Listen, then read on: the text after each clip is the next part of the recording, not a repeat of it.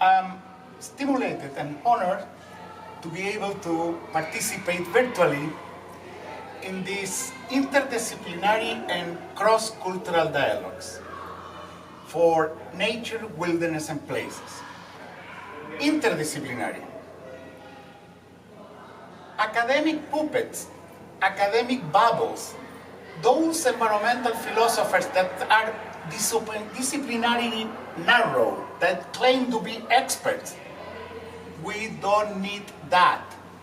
We need interdisciplinarity, philosophy as wisdom that is practical, that is applied, because we are in urgent need of working together for a more sustainable and peaceful life.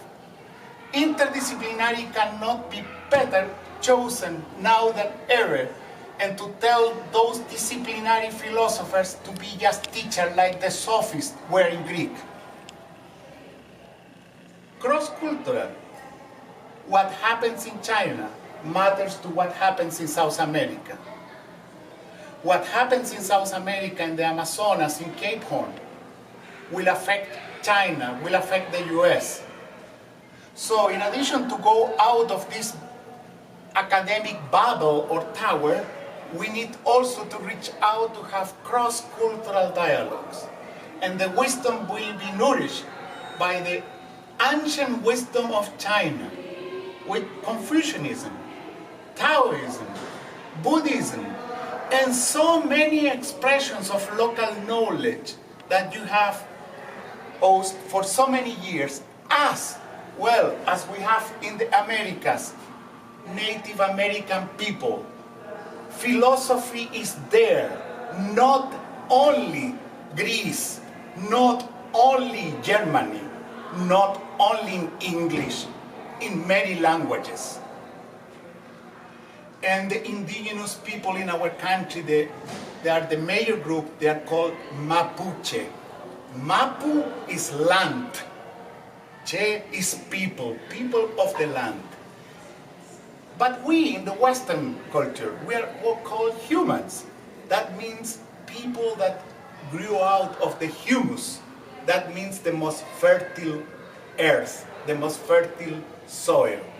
So, with these cross-cultural dialogues, we will recover the awareness and the conscience of being people of the earth in China, in Latin America, and around the biosphere. Finally, nature, wilderness, and place. Not more the utopian claims of the 60s. Utopia is kind of out of place. We need something that is topic, concrete, with scientists, artists, workers, students, poets, elder, young, working together in concrete places for more sustainable co-inhabitation among diverse humans and among diverse species. Forget the super single hero as the philosopher. Let's defend the community, and a community that, like in this conference, is cross-cultural, interdisciplinary, and looking for life in its diversity in a peaceful world. Thank you, and all the best wishes from the southern tip of the Americas, as well as from the Center for Cape Horn in the University of North Texas.